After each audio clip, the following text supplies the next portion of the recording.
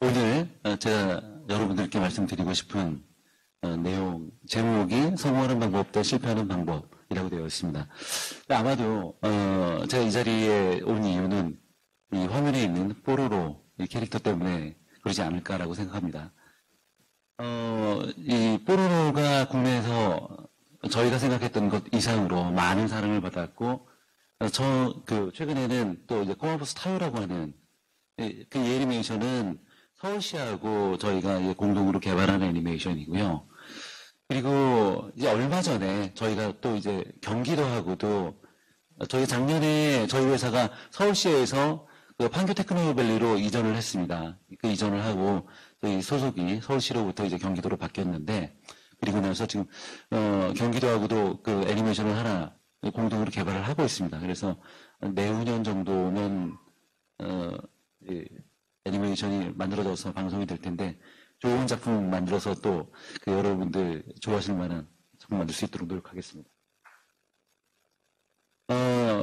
오늘 뭐 제가 이렇게 말씀드릴 내용의 제목이 성공하는 방법 대 실패하는 방법, 다소 거창하게 들릴 수도 있는데 주로 뽀로로 관련된 내용이 될 겁니다. 이 내용을 소개하기에 앞서 갖고 뽀로로 간단히 소개를 해드리면, 뽀로로는 2003년에 만들어졌습니다. 그러니까 올해 2015년이니까 만들어진 지 12년이 됐고요. 지금 현재까지 감사해요.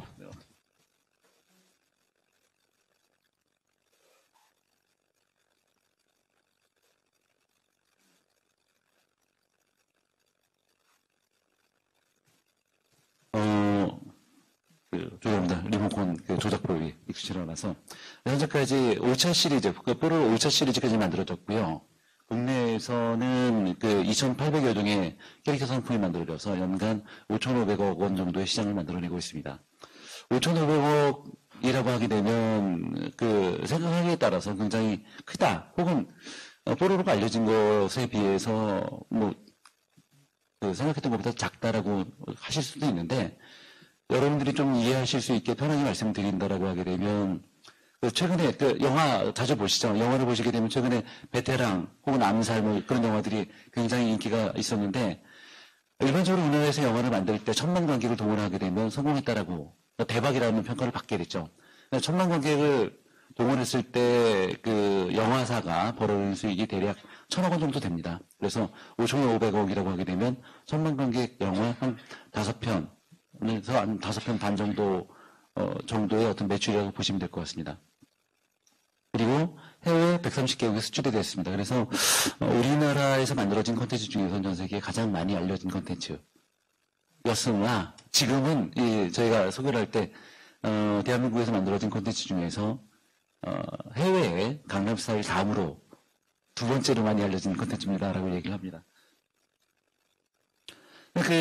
최근에 저희의 어떤 뽀로로와 같은 애니메이션도 해외에서 많이 소개가 되고 있지만, 한국의 강남스타일 같은 K-팝이라든지 영화, 드라마, 게임 이런 콘텐츠들이 많이 소개가 되고 인기를 끌고 있습니다. 그래서 한류 붐도 좀 일어나고 있는데,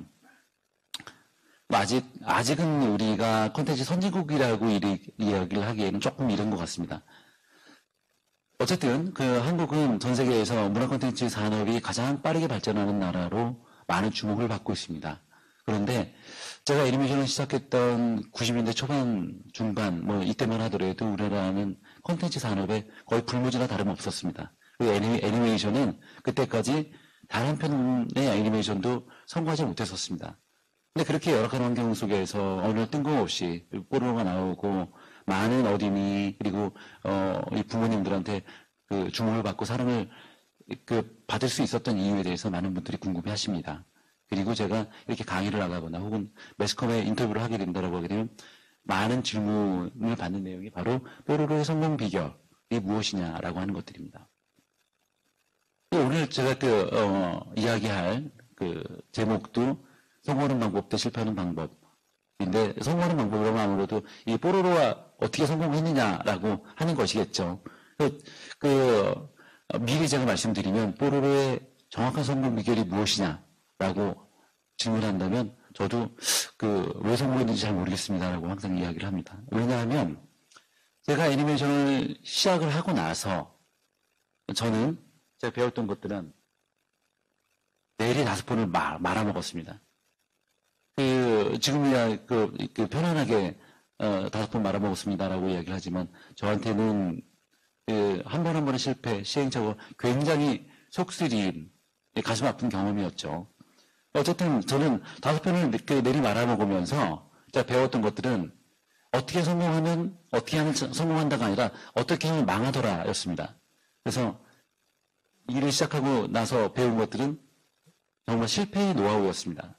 근데 돌이켜 생각해 보면 정말 이 속쓰린 경험이긴 했지만 그런 경험이 없었더라면 5번의 실패가 없었더라면 뽀로로도 나오지 못했을 것이다라고 생각을 합니다. 왜 다들 잘 아시는 격언이 있죠. 실패는 성공의 어머니다라고 하는 얘기가 있는데 이제 그런 것들이 그냥 나온 격언이 아니구나라고 하는 것들은 제가 경험을 통해서 배우게 됐습니다. 그래서 뽀로로가 어떻게 성공했는지에 대해서는 요즘은 인터넷을 보게 되면 뽀로로 성공 비결을 분석해놓은 논문들도 있더라고요. 그래서 그걸 보면서 이렇게 해서 뽀로로가 성공했구나라고 하는 걸 거꾸로 제가 배우기도 하는데 이제 그런 것들은 굉장히 논리정연하게 정리가 되어 있기는 하지만 결과론적인 얘기인 것 같습니다. 실제로 작품을 기획했던 저조차도 이렇게까지 성공을 할 수 있으리라고 기대하지 못했었으니까요. 그런데 정확하게 뽀로로가 어떻게 해서 성공을 했구나라고 하는 것들을 알기 위해서는 제가 지금 말씀드린 것처럼 5번의 실패가 뭘 어떻게 도움이 됐느냐라고 하는 부분들에 대해서 여러분들께 말씀드리면 그런 사연이 있구나라고 하는 것들을 여러분들이 또 이해를 하시고 그렇게 성공했구나라고 하는 것을 조금 더 객관적으로 이해하실 수 있으리라고 생각하기 때문에 저는 이제 그런 쪽에 초점을 맞추고 말씀을 드리겠습니다. 여러분들 이 애니메이션 아시나요 혹시? 이 제목이 뭐죠? 독수리용제죠. 예, 맞습니다. 저도 다들 어렸을 때 애니메이션 보면서 자라죠. 저도 어렸을 때 애니메이션 굉장히 좋아했습니다. 애니메이션 보면서, 정말 꿈과 희망을, 상상력도 키웠고, 그리고, 정의는 반드시 승리한다라고 하는 것들도 애니메이션을 보면서 배웠습니다. 근데, 저한테 그렇게 많은 어떤 꿈과 상상력을 전해줬던 그 애니메이션들이 제가 조금 더 크고 나서 보니까 대체로 미국이나 일본 애니메이션들이더라고요. 많은 일본 애니메이션이었죠. 이것도 독수리 여행제도 사실은 번역을 한 거지 원래 일본 애니메이션입니다.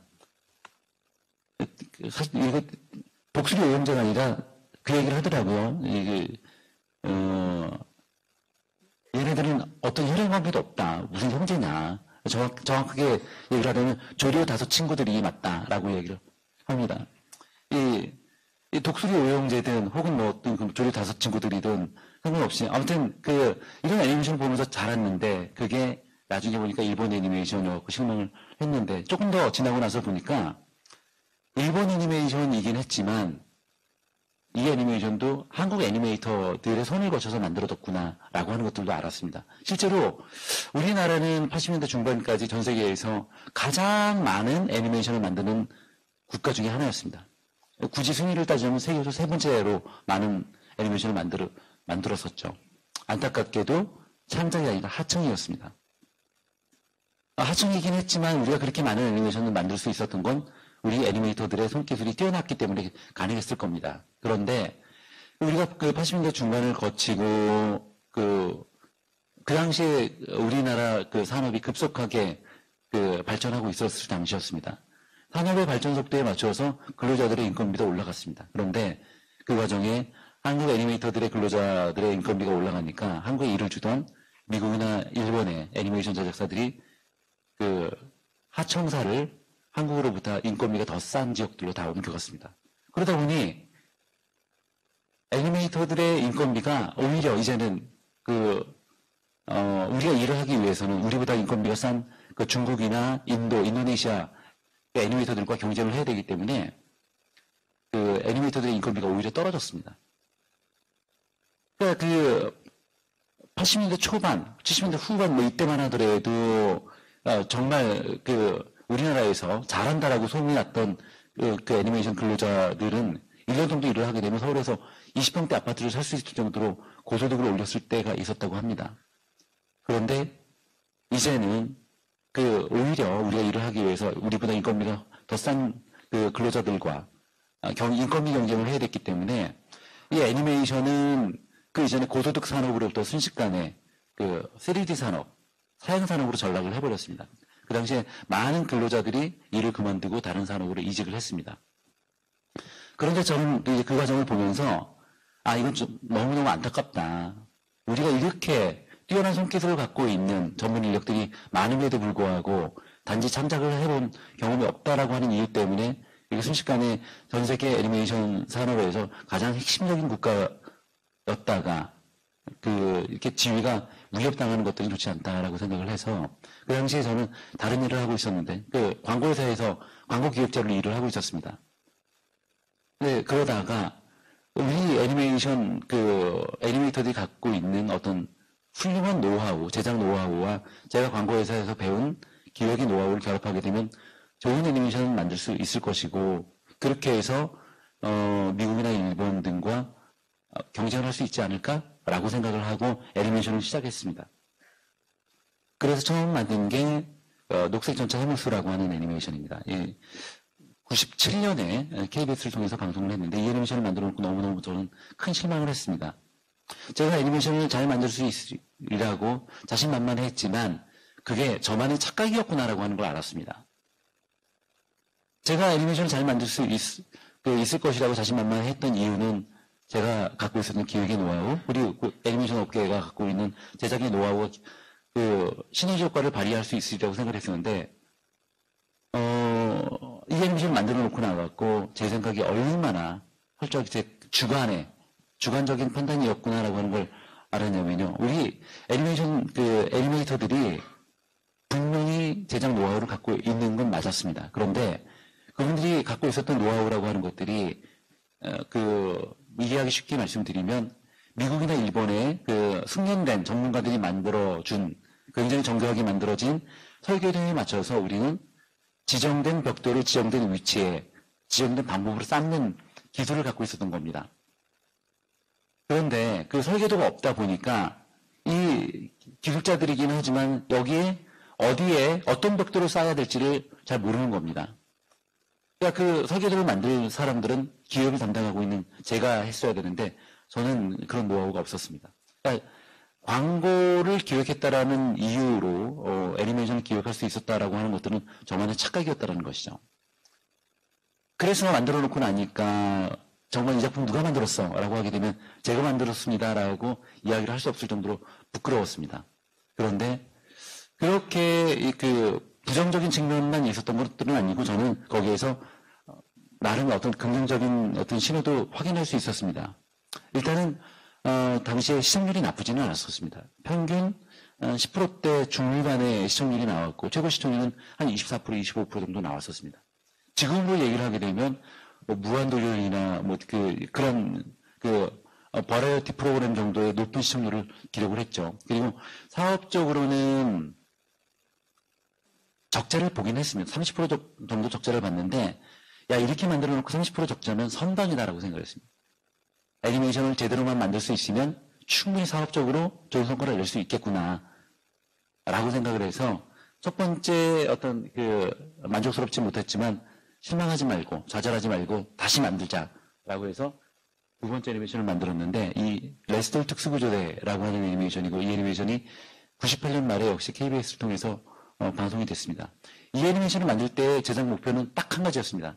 우리도 일본만큼 정말 완성도에 있는 때깔나는 애니메이션 한번 만들어보자 라는 것이었고 그 목표를 달성하기 위해서 우리나라에서 실력 있다라고 평가를 받는 애니메이션 감독, 캐릭터 디자이너, 애니메이터, 작가, PD 이런 분들 다 삼고초려해서 저희 프로젝트에 영입을 했습니다. 그래서 당시에 소위 드림팀을 구성을 했던 거죠. 그리고 저도 이제 굉장히 부족한 부분들에 대해서 집중적으로 보완을 해서 결국 제가 만들고자 했었던 완성도 있는 애니메이션을 만들어 냈습니다. 그리고 그 당시에 우리나라에서 지금도 그때나 지금이나 만화 애니메이션 업계에서 큰 영향력을 행사하는 그룹이 있습니다. 우리는 그 그룹을 덕후 그룹이라고 얘기를 하는데 덕후님들이죠, 덕후님들. 오덕후님들이 굉장히 좋아하셨습니다. 우리나라에서도 봐줄 만한 애니메이션이 생겼다라고 얘기를 했는데 사업적으로는 참패를 했습니다. 60% 정도 적자를 봤는데 이 애니메이션을 만들어 놓고 나서 제가 깨달은 거는 첫 번째 애니메이션은 실패의 원인에 대해서 너무 자의적으로 판단을 했구나라고 하는 걸 알았습니다. 저는 첫 번째 애니메이션이 사업적으로 결과가 좋진 않아서 그 실패의 원인이 작품이 좋지 않았기 때문에 실패했다라고 생각을 했는데 이 애니메이션을 만들어 놓고 보니까 작품이 좋았는데도 불구하고 실패를 한 이유가 뭘까? 확인해 보니까 작품은 좋다라고 해서 성공하는 게 아니라 작품을 잘 만들기 위해서 들였던 노력만큼이나 그거를 팔기 위해서 좋은 사업 성과를 내기 위해서 노력을 했어야 되는데 저는 상품만 좋으면 당연히 팔리는 거 아니겠어? 라고 생각을 했던 것이죠. 그래서 좋은 제품을 만드는 것과 좋은 제품을 팔기 위해서 들여야 되는 노력도 그만큼 중요하구나라고 하는 것들도 알게 됐습니다. 어쨌든 간에 제가 하나하나 필요한 것들은 두 작품이 이제 망하면서 이제 알게 됐었는데 두 작품을 더 망했습니다. 근데 이게 비슷한 교훈을 얻었기 때문에 제가 굳이 설명을 안 드리겠는데 어쨌든 간에 내 작품을 망하고 나니까 제가 다니던 회사가 나름 이제 대기업의 계열사였음에도 불구하고 그 하나하나가 회사에 상당한 어떤 타격을 입혔던 것이죠. 그리고 이 자리에 계신 분들도 다 경험을 하셨겠지만 IMF 위기라고 하는 것들이 사실 국내 경제기에 굉장히 치명적인 타격을 입혔죠. 그래서 많은 회사들이 문을 닫기도 했고 구조조정을 해서 감원을 하기도 했습니다.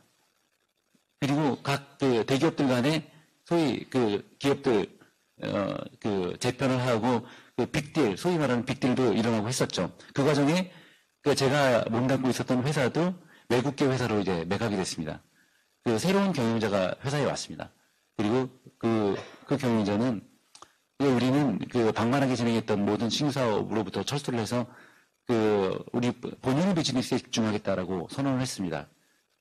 당연히 한 번도 제대로 된 성과를 내지 못했던 저 애니메이션 사업팀은 구조조정 대상 1호였죠. 팀 해체하고 직원들은 다 명예퇴직 처리가 됐습니다. 근데 저는 좀 이쁘게 보셨는지 잔해는 남아갖고 팀 정리하고 원래 있었던 기획조정실로 복귀를 해라라고 하는 인사명령이 떨어졌습니다. 근데 저는 이제 그동안 정말 회사에 큰 타격을 입히기는 했지만 개인적으로는 어쨌든 값비싼 수업료를 내면서 많이 배웠는데 지금 상황이 좋지 않다라고 하는 이유 때문에 이거를 그만둬야 된다라고 하는 게 그렇게 현명한 판단은 아니다라고 생각을 했습니다. 그래서 회사가 포기를 하더라도 난 포기를 할 수 없다라고 생각을 하고 회사를 정리를 하고 이 아이코닉스라고 하는 지금 저희 회사를 만들었죠. 그리고 나서 지금까지 배웠던 모든 노하우를 활용을 해서 제대로 된 애니메이션을 만들자라고 생각을 해서 만들었습니다. 이 수호요정 미셸이라고 하는 애니메이션인데 이 애니메이션이 저희 회사의 창립 작품입니다. 그리고 동시에 폐업 작품이 될 뻔했습니다. 앞서 제가 이렇게 두 작품을 소개를 해드렸는데 첫 작품 30% 적자 받고 두 번째 작품 60% 적자를 봤다라고 말씀드렸는데 이 작품은 90% 적자를 봤습니다. 그러니까 제가 애니메이션 회사를 만들겠다라고 했을 때 주위에서 저를 보고서 두 가지 어떤 반응을 보였습니다. 첫 번째는 저 친구가 미친놈 아니야? 라는 이야기를 많이 하셨습니다. 왜냐하면 정말 그렇게 돈을 펑펑 써가면서도 단 한 작품도 성공을 시키지 못했는데 아니 저뿐만 아니라 우리나라 애니메이션이 그동안 성공했다라고 하는 작품을 하나도 만들어내지 못했는데 지금은 잘 되는 사업들도 안 돼서 다 허리띠 졸라매고 있는 IMF 외환위기 시기였는데 나가서 애니메이션 회사를 만들겠다라고 하니까 저 친구가 지금 실성을 했구나. 라고 이야기를 했습니다. 저런 친구가 이 일을 했으니 뭘 했겠어. 그리고 비아냥 많이 됐죠. 그리고 그 와중에도 아주 극소수 일부는 저를 응원해 주셨습니다. 야, 지금 정말 추운 시기에 회사를 나가는 건 거의 사회적으로 사형 선고를 받는 것 같은 그런 암울한 시기였는데 회사에서 나무라고 했음에도 불구하고 나가서 회사를 만들겠다라고 하니 저 친구 참 대차다. 뭘 해낼 수 있을 것 같아. 라고 생각을 했고 저한테도 많은 어떤 격려 응원을 해주셨습니다. 근데 이 애니메이션 망하고 나서 그런 반응이 한 가지로 통일이 되더라고요. 아, 좀 망한 게 맞구나. 저 친구가. 그랬는데 이 애니메이션 보시면 혹시 연상되는 이미지가 있지 않으신가요?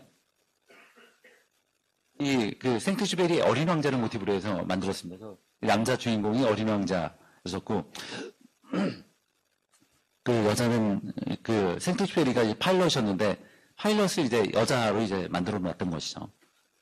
제가 그 애니메이션을 시작을 하면서 이 꿈이 있었습니다. 그 꿈은 제가 어렸을 때 굉장히 읽고 감동을 받았던 어린 왕자 같은 아름다운 이야기를 애니메이션을 만들어서 아이들에게 보여주면 얼마나 좋을까. 그런 어떤 꿈을 갖고 있었는데 회사를 만들면서 바로 이때다.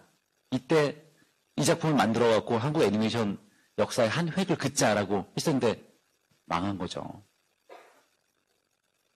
정말 그때 그 당시에 이 애니메이션을 만들 때는 정말 밤잠을 안 자면서 최선을 다했고 우리나라가 근근히 미국, 일본의 하청을 받을 때 저는 과감하게 일본의 굉장히 유명한 셰프들을 고용을 해갖고 애니메이션을 만들었습니다. 그리고 애니메이션 만들고 나서 굉장히 저도 좋아했고 자신만만했습니다. 아, 좋은 작품 나왔다. 그런데 이렇게 처참하게 망하니까 너무너무 씁쓸했고 한편으로는 야속했습니다.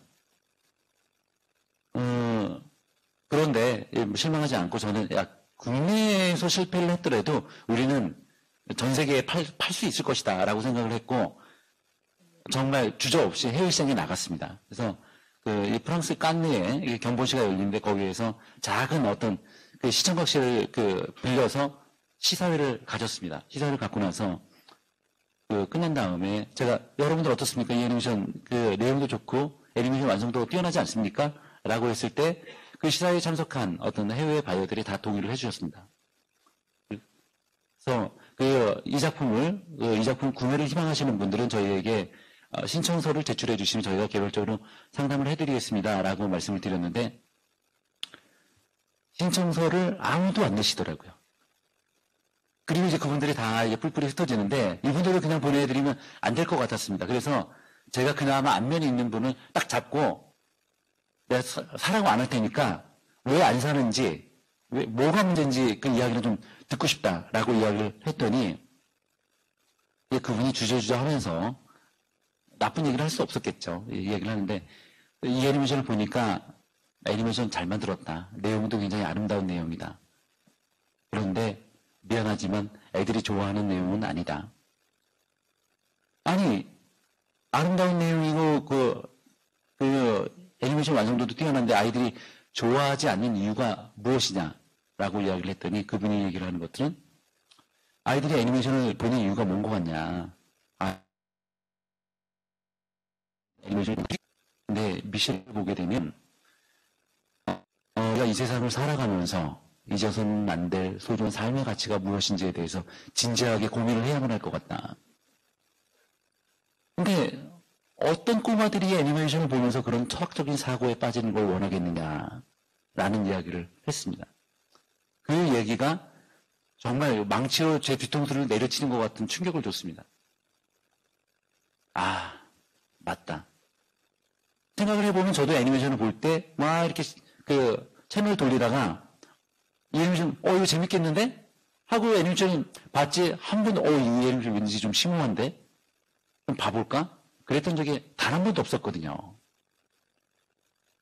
그러니까 제 광고회사에서 마케팅 전문가라고 자처했던 사람이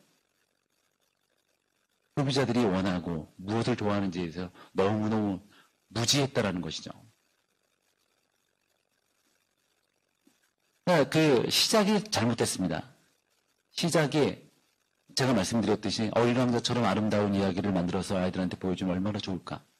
결국 아이들이 좋아한다라기보다는 제가 좋아하는 작품들을 만들었다는 것이죠. 그 당시에 그럼 아이들은 무엇을 좋아했을까요?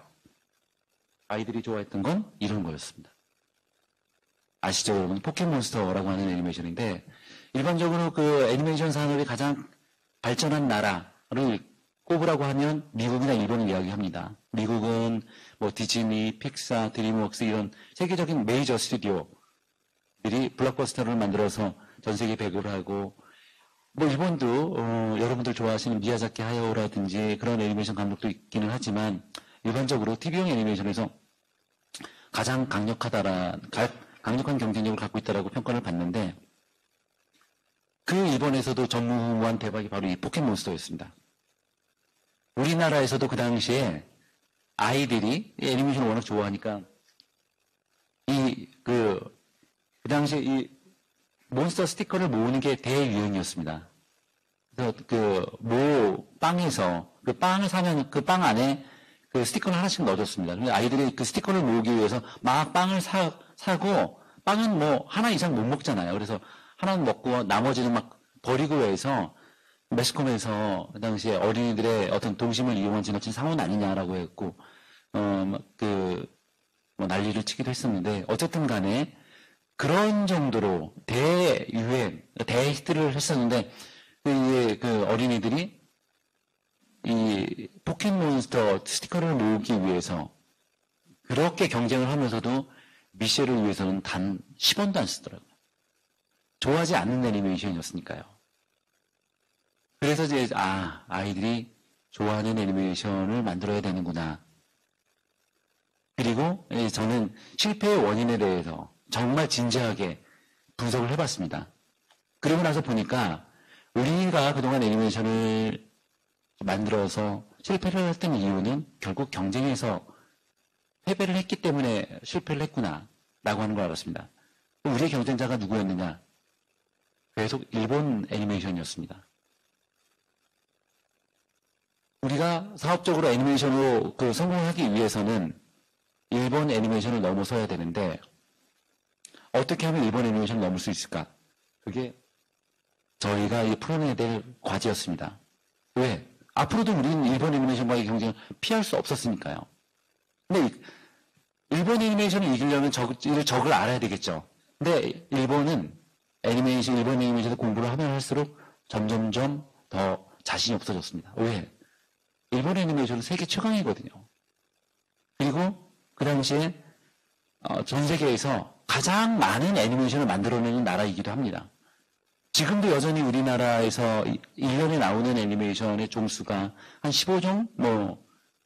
타이틀 수로 그런 정도인데, 일본은 매년 300여 타이틀이 쏟아져 나옵니다.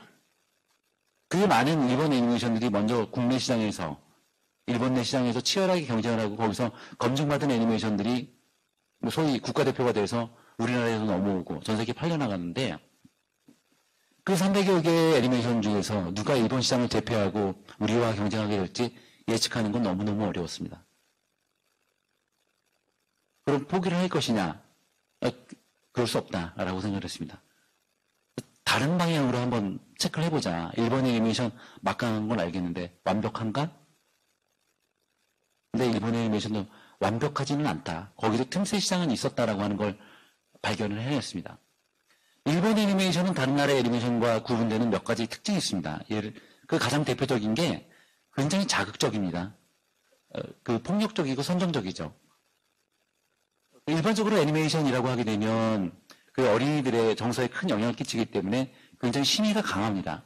그래서 폭력적인 장면들 같은 경우에도 상징적으로 우회적으로 표현하죠. 예를 들면 누군가가 상대방을 때린다라고 하게 되면 때리기 직전의 모습 보여주고 그 다음은 맞은 상대방 머리 위에서 별이 돌아다니죠. 빙글빙글 돌면서 해롱해롱 되는 게 무슨 일이 있었구나를 연상을 하게 되는 것이죠. 심하게 싸운다? 심하게 싸우면 막 먼지가 일어나고 먼지 밖으로 그 손과 발이 들락날락 하는 것이죠. 그리고 비명소리 들리고 그 폭력적인 장면을 직접적으로 보여주지는 않습니다. 그런데 일본 애니메이션은 그렇지 않습니다. 그 요즘에 그 아이들이 좋아하는 게 원피스라고 하는 애니메이션이 있고 또 뭐가 있죠? 아무튼 얼마 전에 있었던 뭐 진격의 거인, 그 나루토 이런 애니메이션 아이들이 좋아하는데 그런 애니메이션을 보게 되면 굉장히 폭력적입니다. 막 그 치고받는 그 폭력 장면들이 여과 없이 그대로 보여지고 유혈이 낭자하도록 심지어는 진격의 거인 같은 경우에는 그 거인이 살아있는 사람을 그냥 잡아먹는 게 여과 없이 보여집니다. 그리고 짱구는 못 말려 같은 애니메이션, 뭐 좀 저도 좋아하는 애니메이션이긴 하지만 그 애니메이션을 보게 되면 유치원에 다니는 아이와 그 아빠가 이 젊은 아가씨만 보게 되면 침을 질질 흘리면서 이렇게 정신줄을 놓죠. 이제 그런 식으로 굉장히 선정적입니다. 왜 일본 애니메이션이 다른 나라의 애니메이션과 다르게 그렇게 자극적이냐? 그 이유가 있습니다. 그게 일본 애니메이션 특유의 경쟁 전략입니다. 일본은 사실 우리나라보다는 훨씬 큰 내수 시장을 가지고 있습니다. 그렇기 때문에 일본 시장에서 성공을 하면 그것만으로도 충분한 어떤 수익을 보장받을 수가 있습니다. 그렇기 때문에 먼저 일본 시장에서 성공하기 위해서 다른 애니메이션보다도 훨씬 더 소비자들에게 임팩트가 강한 자극적인 애니메이션을 만들어 내기 위해서 그런 어떤 뭐 그 사람들은 나름의 어떤 그 서비스 전략인 것이죠. 근데 그렇게 일본 애니메이션이 자극적인 방향으로 개발되다 보니까 일본 애니메이션의 소비자들은 어린이, 청소년, 성인층으로 이게 분포가 되어 있습니다. 아, 유아가 비어있구나라고 하는 걸 알았습니다. 그래서 저희가 이제 넬이 이제 망했던 이유도 분명히 해노수라든지 레스터, 미셸이 리키까지 작품은 첫 번째 작품보다는 두 번째 작품보다는 세 번째 작품이 완성도가 높아졌음에도 불구하고 망했던 건 그 일본 애니메이션은 그 강력한 경쟁자의 그 벽을 넘지 못했던 건데 만약에 우리가 일본 애니메이션 취약한 쪽을 공격하면 충분히 해볼만 하겠다라고 생각을 했습니다. 그래서 그 일본 애니메이션 경쟁을 염두에 두고 그동안 만들어왔던 아동용 애니메이션을 포기를 하고 유아들을 대상으로 한 애니메이션을 만들기로 했던 겁니다. 이게 뽀로로가 만들어진 계기였습니다. 그 유아를 대상으로 한 애니메이션을 만들겠다라고 생각을 해보니 우리의 경쟁자는 비단 일본만이 아니구나라고 하는 걸 알았습니다. 그래서 우리와 경쟁할 잠재적인 경쟁자를 체크를 해보니 핑구라고 하는 애니메이션이 나왔습니다. 이 핑구는 이 펭귄을 소재로 한 애니메이션이죠. 그래서 우리는 일본과 달리 내수 시장이 좁기 때문에 어쩔 수 없이 사업적으로 성공하기 위해서는 국내뿐만 아니라 해외 시장을 겨냥해야만 합니다. 그래서 그런 작품을 만들기 위해서 사람보다는 동물을 소재로 한 애니메이션을 만드는 게 낫겠다라고 생각을 했는데 어떤 동물을 만들 것인가 고민하다 유아들이 좋아하는 동물이어야 되겠죠. 유아용 애니메이션이니까. 그런데 유아들이 좋아하는 동물을 따져보면 바로 나오는 게 강아지, 고양이, 토끼, 곰, 뭐 그런 동물들인데 문제는 그런 동물들을 떠올릴 때마다 곧바로 뭐 스누피, 키티 이런 캐릭터들이 막 떠오릅니다. 과연 우리가 곰을 소재로 한 애니메이션을 만들었을 때 푸를 넘어설 수 있을까? 혹은 고양이를 소재로 했을 때 키티를 넘어설 수 있을까? 너무너무 힘들겠다. 그러면 유아들이 좋아할 만한 동물들 중에서 기존의 애니메이션을 덜 다뤄진 동물들을 찾자. 그러다가 펭귄을 찾았는데 펭귄을 소재로 한 애니메이션을 만든다라고 했을 때 사람들이 다 만류를 합니다. 왜? 이 펭구가 펭귄 캐릭터인데 우리가 펭귄을 소재로 한 애니메이션을 만드는 순간 펭구의 짝퉁이다 라는 어떤 평가를 받을 텐데 절대 그래서는 성공할 수 없을 것이라는 것이죠. 그런데 그나마 저희가 생각했을 때는 펭귄이 접근 가능한 가장 만만해 보이는 동물이었습니다. 뭐 쉽지는 않겠지만 그래서 펭귄 캐릭터로서 펭귄을 넘어설 수 있는 작품을 만들자라는 어떤 목표를 세웠습니다. 그러기 위해서 우리가 풀어내야 될 과제가 두 가지가 있다. 그거는 첫 번째는 펭귄보다 더 재밌는 작품을 만들어야 된다라는 것이었죠. 우리가 사업 전략을 아무리 치밀하게 짠다 하더라도 핑구보다 재미가 없으면 성공할 수 없고, 두 번째는 핑구와는 차별화되는 다른 작품을 만들어야 된다는 것이었죠. 왜? 비슷하면 더 재밌어도 저거 베낀 거네 라는 어떤 얘기가 나올 수가 있으니까요. 차별화를 시키자라고 하는 것들이 간단하게 얘기는 했지만 너무너무 애매하고 어려운 문제였습니다. 그래서 이 문제를 풀기 위해서 일단 유아용 애니메이션을 공부를 하자라고 생각을 해서 매일 저는 그 일과 시간이 끝난 다음에 사무실에서 남아서 유아용 애니메이션을 공부를 했습니다. 그래서 5시간, 6시간 유아용 애니메이션을 보다가 집에 들어가게 되면 저희 집사람이나 저희 아이들 다 자고 있죠. 자정이 넘은 시간이니까. 그런 어떤 그 일과가 반복되다 보니까 이 가족들 간의 관계가 점차 서먹서먹해지는 느낌을 받았습니다. 그래서 이렇게 계속 가다가는 가정 파탄 나겠다 싶어갖고서 주말에는 아이들하고 같이 좀 놀아주자라고 생각을 했습니다. 그런데 이제 그 주중에 워낙 그 피곤하니까 주말에 아이들이랑 놀아주는데 몸을 쓰지 않고 놀아줄 수 있는 방법이 없을까?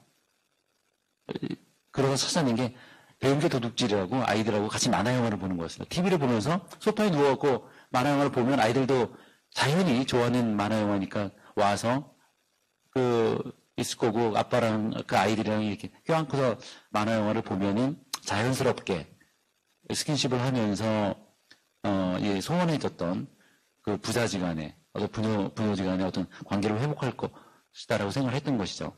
그런데 그 당시에 저희 아이들이 좀 어리니까 유아용 애니메이션을 봤습니다, 집에서. 근데 저는 매주 월요일서부터 금요일까지 매일매일 5시간 이상씩을 그런 애니메이션을 봤는데 또 집에서 그 애니메이션을 보니까 두통이 생겼습니다. 두통이. 이거는 집에서는 좀 쉬어야 되는데 쉬는 게 아니라 일하는 것 같은 느낌이었습니다. 그래서 그래, 애니메이션을 즐기기 위해서 본다는데 좀 즐기기 위한 애니메이션을 보자. 어떤 애니메이션이 재미있지? 보니 짱구는 못 말려 같은 아까 제가 말씀드렸다. 이 아빠가 침을 흘리고 짱구가 엉덩이 춤을 추고 그런 거 너무 재밌습니다. 뭐 그 즐겁게 스트레스를 풀면서 아이들이랑 그 애니메이션을 보고 있으면 집사람이 지나가다가 딱 그거 보고서 한 소리 하죠. 어이구, 아빠가 돼갖고서 그냥 주중에는 코빼기도 안 보여. 주말에는 아이들한테 좋지 않은 거나 보이죠. 그 얘기를 들으면 뜨끔합니다. 그래서 바로 또 채널을 EBS로 돌려놓습니다. 근데 그 애니메이션을 보면 조금 있다가 또 제가 골치가 아파집니다. 어떡하지? 좋은 방법이 있다. 그래서 찾아낸 게 집사람이 있을 때는 EBS를 보고 없을 때는 투니버스를 보자. 그러면 되겠구나. 그래갖고서 와이프가 있으면은 EBS를 보다가 없을 때는 리모컨이 있으니까 그게 되더라고요. 근데 그 과정에서 제가 굉장히 신기한 현상을 발견했습니다. 같이 짱구는 못 말려를 보면 아빠나 아이들이 다 좋아합니다. 근데 EBS를 보면 아빠나 아이가 다 진지해진다는 것이죠. 왜 그럴까? 보니 유아들을 대상화하는 콘텐츠들의 공통점은 아이들에게 무언가를 가르치기 위해서 만든다는 것입니다. 교육적인 내용을 굉장히 많이 담고 있습니다. 근데 교육만 너무 강조하게 되면 내용이 무미건조해지니까 거기다가 오락적인 내용을 추가를 합니다. 그런데도 불구하고 아이들이 애니메이션을 보는 본래 어떤 취지는 즐기기 위한 아이들의 어떤 기대감은 제대로 충족시켜주지 못하는구나 라고 하는 걸 알았습니다. 그러면 우리는 이번에는 아이들이 원하는 것을 한번 만들어보자. 원하는 게 뭐지? 원하는 건 즐기는 것이다. 그래서 우리는 기존의 유아물들이 교육적인 내용이 7, 80, 오락적인 내용이 2, 30이면 우리는 오락적인 내용을 7, 80, 교육적인 내용을 2, 30만 해도 아이들은 우리가 이 애니메이션을 통해서 어떤 얘기를 하고 싶은 건지 이해를 할 수 있을 것이다 라고 생각을 했습니다. 그래서 기존의 콘텐츠가 에듀테인먼트라고 하거든요. 저희는 거꾸로 엔터테인먼트요. 콘텐츠를 만들자. 그러니까 차별화가 된 것이죠. 그래서 뽀로로 주제가도 이제 제가 작사를 했습니다. 뽀로로 주제가는 노는 게 제일 좋아 이렇게 시작하는데 작사를 해갖고 이것이지 그래갖고 이제 글을 써갖고 딱 방송을 맡은 EBS에 보냈습니다. 보냈더니 조금 있다 연락이 왔습니다.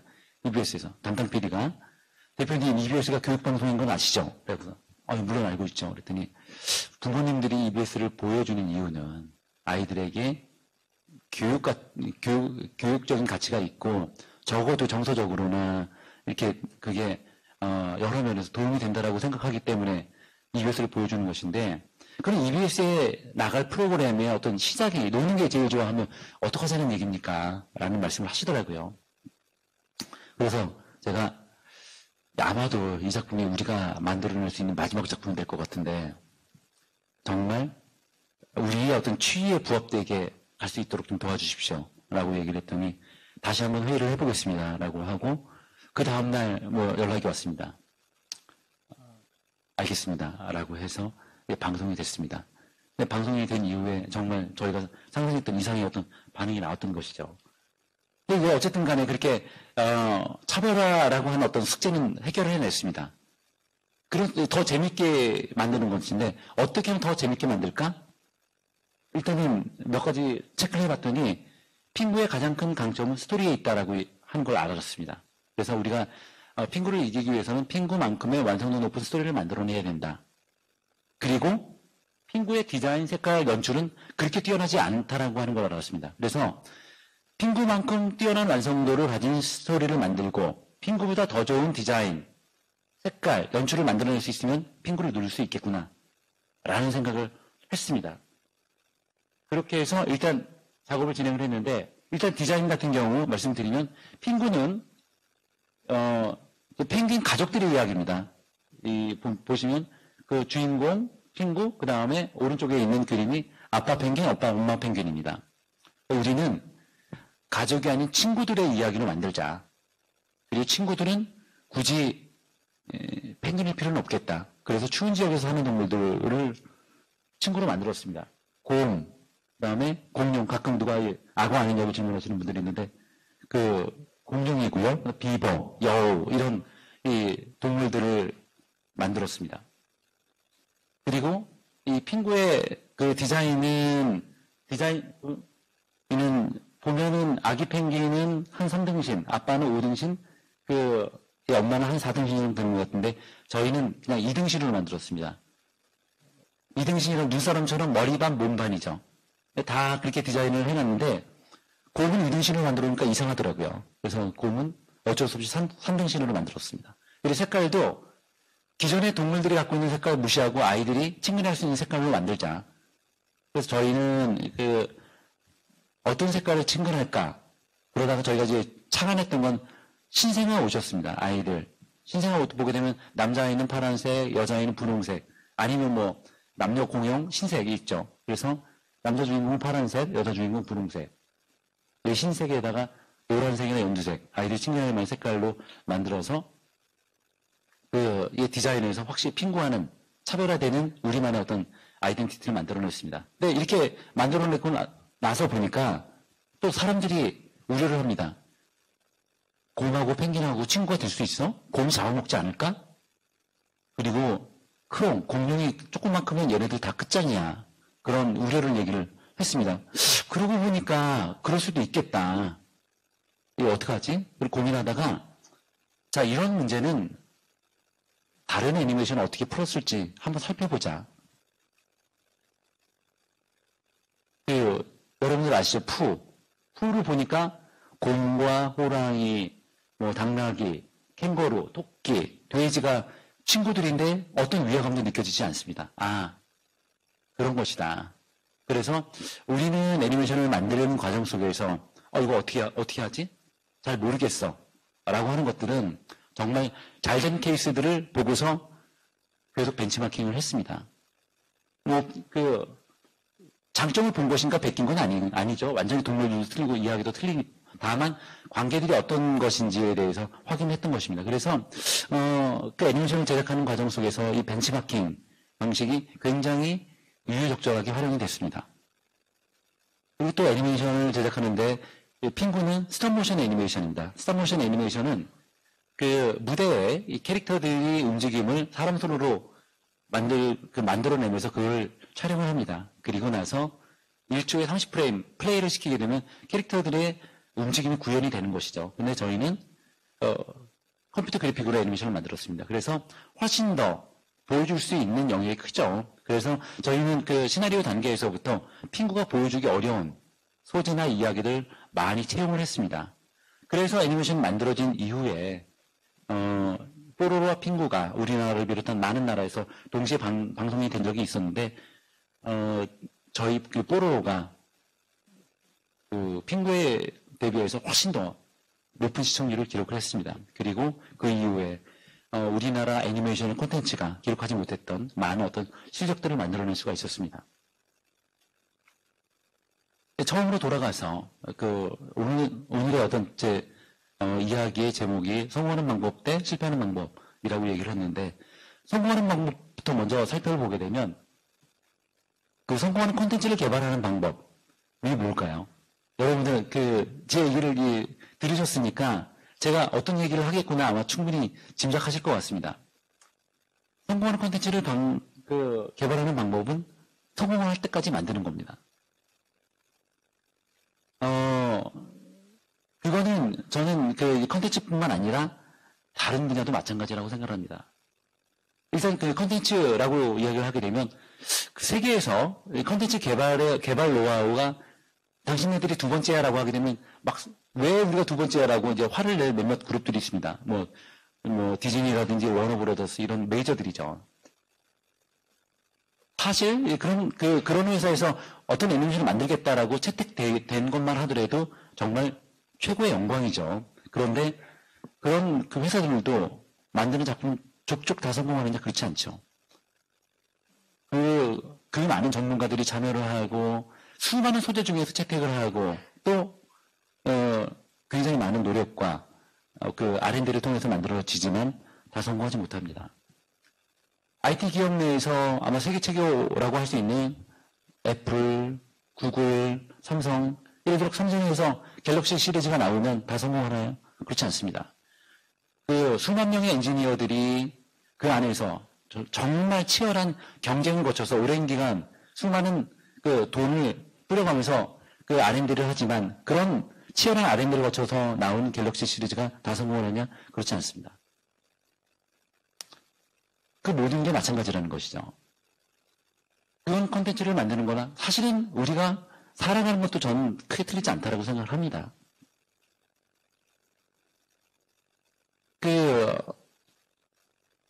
정말 진부한 얘기이긴 하지만 미국의 그 에디슨이 백혈전구를 만들었을 때 그랬다고 얘기를 합니다. 그 기자들이 정말 수많은 어떤 그 실패를 통해서 백혈전구를 만들었는데 그런 실패를 할 때 정말 포기를 어떻게 하지 않고 계속 연구를 하셨습니까? 라고 했을 때 에디슨이 답하기를 난 한 번도 실패한 적이 없다. 그동안 연구를 통해서 100가지가 넘는 불이 켜지지 않는 전구를 만들어내는 방법을 알아냈다. 그리고 불이 켜지는 전구를 만들어내는 한 가지 방법을 알아냈을 뿐이다. 라고 이야기를 했답니다. 이것뿐만 아니라 미국의 유명한 투자자 프레디 윌슨이 굉장히 의미 있는 통계를 발표한 적이 있습니다. 판매 성공 통계인데 그 발표에 따르면 신제품이 나왔을 때 세일즈맨, 판매자의 48%는 판매를 하기 위한 시도조차 하지 않는다고 합니다. 그리고 25%는 판매를 하기 위해서 2번 정도 소비자들을 접촉해보고 아니면 포기를 한다고 합니다. 그리고 단지 전체의 어떤 12% 정도가 3번 이상 판매를 하기 위해 도전을 하는데, 그런데 소비자들의 관점에 왔을 때 전체 구매 중 2%만이 단지 1회 접촉을 통해서 구매를 하고 전체 구매 중 3%가 2회 접촉을 통해서 이루어진다. 그럼 나머지 95%는 3회 이상의 접촉, 특히나 이제 80%는 5회에서 20회 접촉을 통해서 이루어진다라고 이야기를 했습니다. 또 유사한 격언이 있죠. 베토벤이 정말 귀도 멀어가고 너무 좌절을 해서 신부님을 찾아갔는데 신부님이 딱 얘기를 해서 박스에서 보이지 않는 그 밀봉된 박스에서 구두를 꺼내봐라. 그래 구두를 꺼냈더니 검은 구슬이 나왔습니다. 또 해봐라. 또 검은 구슬이 나왔습니다. 이 안에는 10개 구슬이 있는데 그 중에 8개가 검은 구슬이고 2개가 흰 구슬이다. 8개는 실패, 불행을 의미하고 2개는 흰 구슬은 성공, 행복을 의미하는데 자, 계속 구슬을 뽑다 보면 흰 구슬은 나오게 돼 있다. 지금 만약에 당신이 8개의 검은 구슬을 뽑았으면 남아있는 건 흰 구슬만 남아있는 것이다. 라고 이야기를 했다고 합니다. 그런데 이 프레드 윌슨의 이야기도 그랬고 저는 나머지도 마찬가지라고 생각을 합니다. 그러면 그렇게 끊임없이 도전을 하게 되면 성공할까요? 저는 이 도전을 하는 데 있어서 몇 가지 필요한 게 있다고 생각을 합니다. 그 중에 하나가 관점, 새로운 관점이 필요하다라고 생각을 합니다. 제가 애니메이션을 시작할 때 한국 애니메이션 산업을 운동화 산업과 많이 비교를 했습니다. 운동화 산업도 여러분들 아시겠지만 70년대, 80년대까지만 하더라도 전 세계에서 팔리고 있는 나이키, 아디다스, 리복 이런 세계적인 브랜드 운동화 2켤레 중에 한 켤레는 메이드 인 코리아였습니다. 정말 많은 운동화를 우리가 생산을 했었죠. 그리고 그 당시 운동화 산업을 영위하는 기업이 우리나라 10대 기업에 포함이 됐었습니다. 그분들이 얘기를 하시기를 우리 운동화 산업의 어떤 발전 로드맵은 세계 최고의 브랜드와의 콜라보레이션이다라고 이야기를 했습니다. 세계 최고 브랜드 나이키는 그때나 지금이나 공장을 가지고 있지 않습니다. 그리고 우리는 세계 최고의 기술을 가지고 있으니 너무 훌륭한 결합 아니냐라고 이야기를 했지만 그렇지 않죠. 지금은 우리나라 운동화 산업에서 절대 강국의 위치가 아닙니다. 왜? 역시 운동화 산업도 근로자들의 인건비가 올라가는 순간 나이키, 아디다스, 리복 미련 없이 한국을 버리고 떠났습니다. 그리고 그것으로 인해 운동화 산업이 사양 산업이 됐죠. 제가 애니메이션 시작할 때 애니메이션 마찬가지였습니다. 다 애니메이션 한국에서는 이제 안 돼. 경쟁력이 없어. 라고 했고 제가 애니메이션 시작한다고 했을 때 끝물이야. 이제 안 돼. 라고 이야기를 했습니다. 그리고 제가 애니메이션을 만들고 한 작품, 2작품, 3작품, 4작품, 5작품 내리망할 때 사람들이 비웃었습니다. 것 봐. 안 된다고 했잖아. 제가 만약에 그분들이 애니메이션을 바라보는 것과 동일한 관점으로 애니메이션을 봤다면 애니메이션 시작하지 못했을 겁니다. 아니면 시작했더라도 한 작품, 2작품을 해보고 그게 맞았구나 라고 생각을 하고 포기를 했을 겁니다. 아마 그랬더라고는 이 뽀로는 나올 수 없었겠죠. 다른 관점이 있었기 때문에 애니메이션을 계속할 수 있었고 뽀로는 나올 수 있었습니다. 그러니까 그럴 수밖에 없죠. 우리나라 산업이 항상 패스트 팔로워 전략으로 선진국들을 쫓아갔는데 남들과 똑같은 관점으로 갔습니다.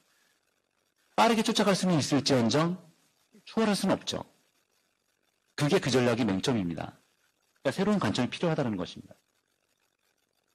가장 대표적인 게 미국의 애플이 슬로건이 Think Different, 다름을 생각하라 혹은 다르게 생각하라 라고 하는 것들이 비단 IT 산업에만 적용되는 것들이 아니라 모든 것에 적용되는 것 같습니다.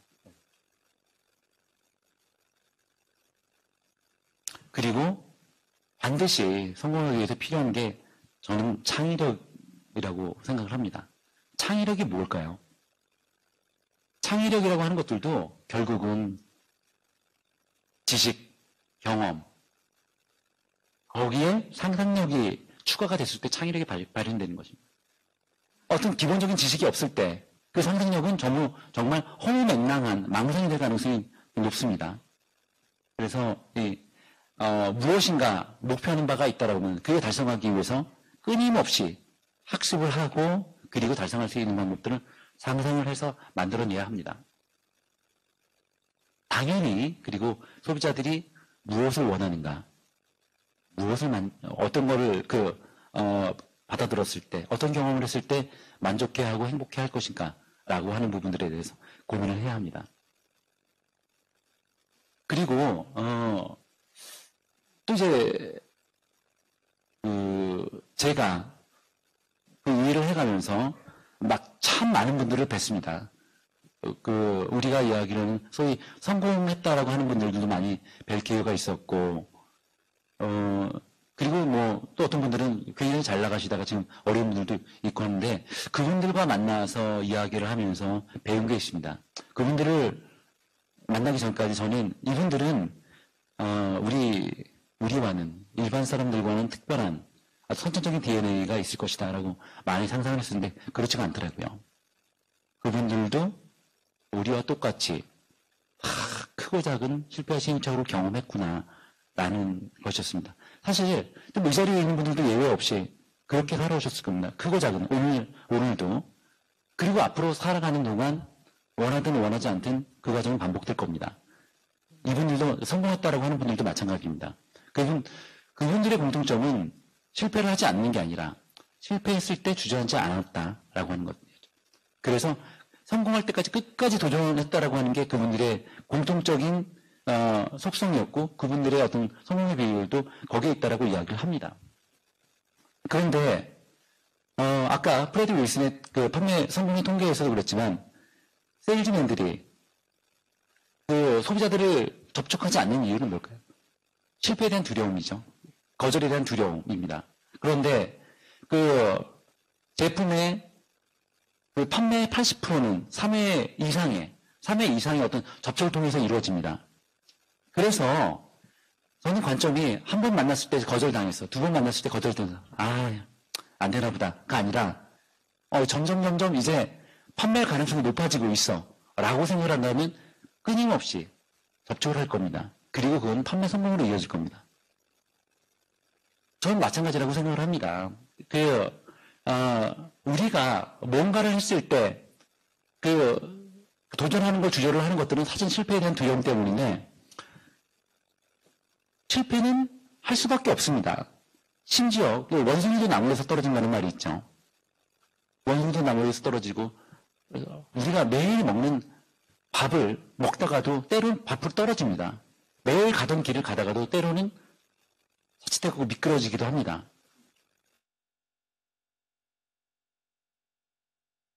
우리가 실패할 가능성이 높지 않겠습니까? 만약에 실패할 가능성이 없다라고 하게 되면 그건 도전으로서의 가치가 없니까? 누구나가 다 성공할 수 있다는 건 도전이 아닌 것이죠. 그러니까 우리가 성공했을 때 거기에 대한 어떤 성취감이 크면 클수록 그거는 실패의 가능성이 높습니다. 높다는 것을 의미한 것이죠. 그래서 군사작전에서도 모든 것들이 다 예상했던 것처럼 돌아가면 아무 문제가 없지만 그렇지 않을 경우에 어떻게 할 것이냐. 플랜 B는 항상 만들죠. 이럴 때 어떻게 할 것이냐. 저도 애니메이션 시작을 할 때 제가 지금까지 배웠던 모든 것들을 쏟아냈기 때문에 정말 올인을 한 것이죠. 근데 만약에 이 일을 실패를 했을 때 제가 한강다리에 가서 뛰어내려야 한다거나 혹은 서울역 앞에서 노숙을 해야 된다거나 그렇게 생각했다면 이 일을 못했을 겁니다. 저도 나름대로 그랬을 때 정말 힘들게 살겠구나. 그때 어떻게 재기를 하자라고 생각을 했습니다. 그러면서 비교를 했죠. 그러면 도전을 하지 않았을 때 지금 이렇게 쭉 사는 모습과 도전하고 실패를 했을 때 그래야 한다라고 하면 무엇을 택할 것일까? 내가 도전하고 감당해야 될 모습이 이런 정도라고 하면 도전을 해보겠다라고 생각을 하고 이 일을 시작을 했던 것입니다. 그래서 어떤 일을 세우든 어떤 꿈을 갖고 거기에 도전하든 간에 저는 플랜 B는 반드시 필요하다라는 것이죠. 사람은 완벽하지 못합니다. 그래서 이제 실패를 하는 것인데 그 실패라고 하는 것들은 결국은 우리가 무엇이 잘못됐다라고 하는 것들을 알려주는 것이죠.